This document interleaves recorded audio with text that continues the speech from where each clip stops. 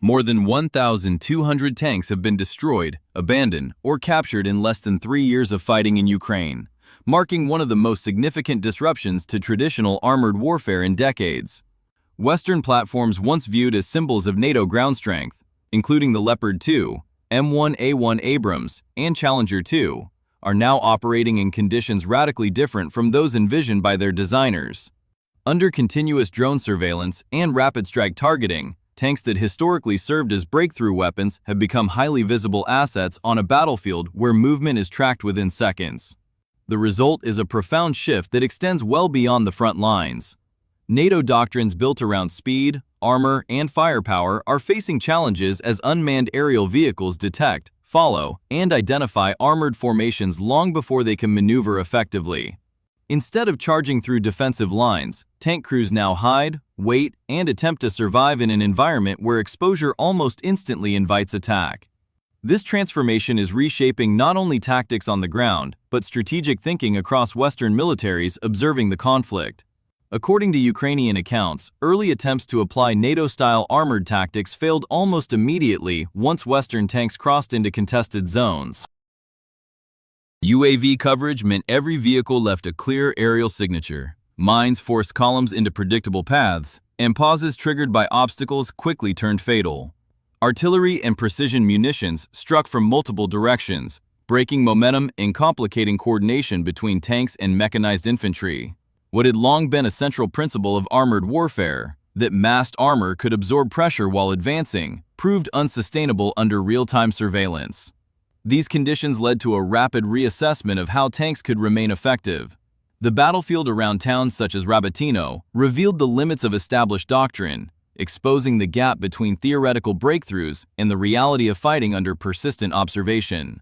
Commanders confronted a new landscape where traditional armored roles carried unacceptable risk and where movement itself became a liability.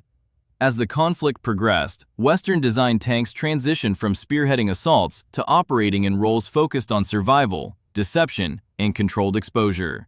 This shift is now drawing close attention from Western defense planners, who view Ukraine as a live test of armored warfare under modern technological conditions. The outcomes may influence future designs, training priorities, and broader strategic approaches across NATO as forces evaluate how drones, precision fire, and instantaneous battlefield data are redefining the use of heavy armor.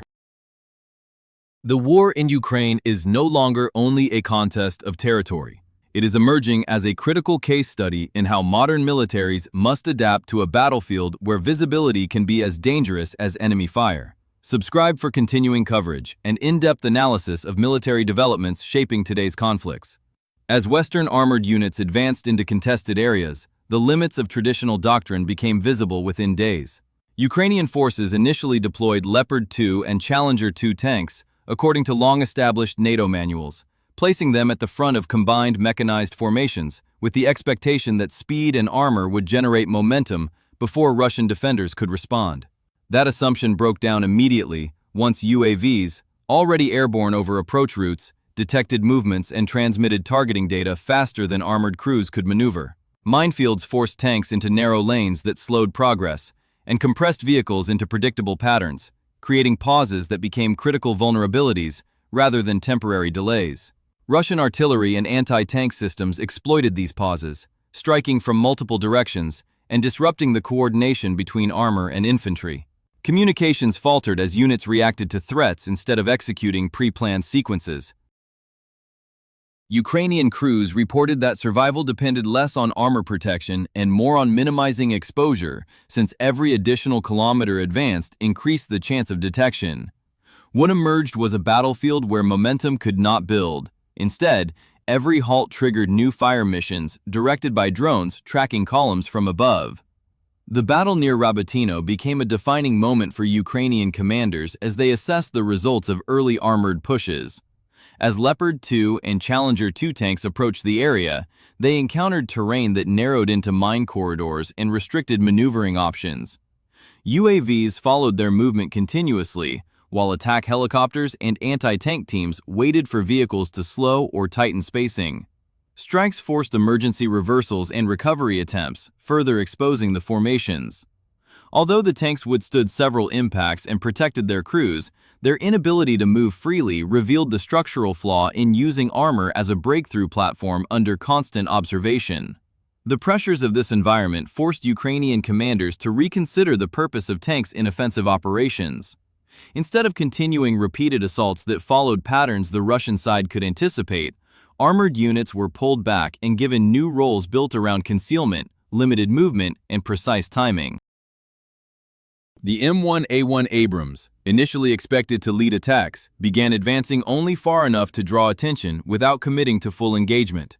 This tactic redirected enemy surveillance and fire toward the tank while infantry and BMPs maneuvered behind it. The Abrams absorbed the initial response, allowing lighter units to shift positions across exposed areas that would otherwise have been impossible to cross. This method relied on the Abrams' survivability, which allowed crews to continue operating or evacuate even after multiple impacts. Once Russian firing points revealed themselves through missile launches, drone behavior, or radio activity, Ukrainian forces used artillery or their own UAVs to respond. The Abrams did not need to eliminate threats directly. Its presence created predictable reactions that exposed enemy positions. Commanders emphasized controlled exposure, short movements, and planned withdrawal routes to ensure tanks did not remain visible long enough for concentrated fire to take effect. Leopard 2 and Challenger 2 units adapted their tactics further by limiting exposure almost entirely. Rather than advancing across open ground, Leopard crews concealed their tanks inside damaged structures, warehouses, or reinforced positions that masked thermal and visual signatures. They waited for opportunities identified by drones, appearing for brief windows to strike command vehicles or armored escorts before withdrawing immediately. Challenger 2 crews operated from long-range firing positions with clear observation and escape routes, delivering precise shots that halted enemy movement before pulling back out of view. The engagement near Kyiv demonstrated how these adapted methods worked in practice. Ukrainian forces positioned a Leopard 2 inside a damaged building overlooking a key supply route. After days of observation, the tank emerged briefly once a Russian column committed to the area, targeting command elements to disrupt coordination. Within seconds of firing, the Leopard returned to cover and vacated the position using a pre-planned route. Artillery strikes followed, but hit empty ground, while Ukrainian infantry used the resulting confusion to cross dangerous terrain and take advantageous positions overlooking the route. Across multiple engagements, the role of heavy armor shifted from spearheading breakthroughs to shaping tempo and creating tactical openings. Tanks no longer held ground or pressed forward in continuous assaults. They acted as triggers that disrupted enemy rhythm, drew fire away from advancing infantry, and forced Russian units to slow, reorganize, or abandon predictable movement patterns. These adaptations reflected a battlefield where constant surveillance, rapid artillery response, and precision drone strikes defined every decision. The changes on the ground underscored the emerging reality that tanks could still influence the fight, but only through methods that minimized exposure and leveraged timing rather than mass. The developments observed in Ukraine highlight a significant shift in how armored warfare is conducted under conditions of constant surveillance and rapid precision targeting. Western-designed tanks, such as the M1A1 Abrams, Leopard 2, and Challenger 2 remain present on the battlefield, but their roles have diverged sharply from long-standing doctrine. Instead of serving as the leading force in combined arms assaults, these systems have been repurposed into tools for disruption, concealment, and controlled exposure. Their impact now lies not in breaking defensive lines through massed momentum, but in shaping the tempo of engagements, drawing enemy fire, and creating narrow windows for infantry and lighter vehicles to maneuver. Ukrainian commanders have increasingly relied on tactics that emphasize survival and timing. Abrams units draw attention to themselves only long enough for supporting elements to reposition. Leopard 2 tanks strike briefly from concealed locations and withdraw before artillery can adjust. Challenger 2 crews apply long-range precision to halt enemy progress without remaining visible. These adaptations reflect the pressures of a battlefield in which drones operate continuously, transmitting coordinates in real time and reducing the effectiveness of traditional armored advances. The consequences of these changes extend beyond Ukraine's immediate operations. Western militaries are evaluating whether these adjustments represent temporary adaptations to a unique conflict or signal enduring transformations in ground warfare. Persistent aerial surveillance, rapid artillery response cycles, and expanding drone capabilities raise questions about the future design and employment of heavy armor.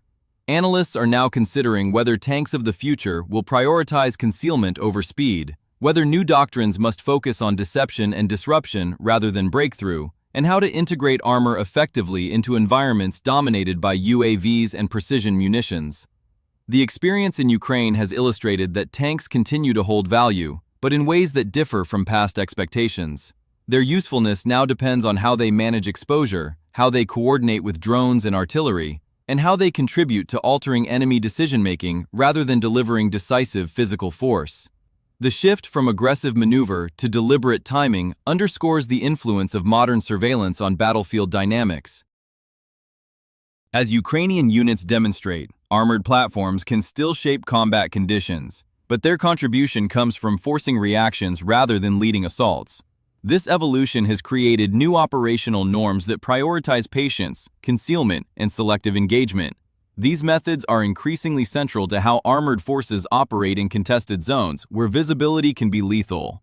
The lessons emerging from Ukraine will likely inform future military planning as nations reconsider how tanks should be built, deployed, and supported in conflicts where detection often precedes destruction. For continued coverage and analysis of how modern warfare is evolving, viewers are encouraged to subscribe and follow the latest developments.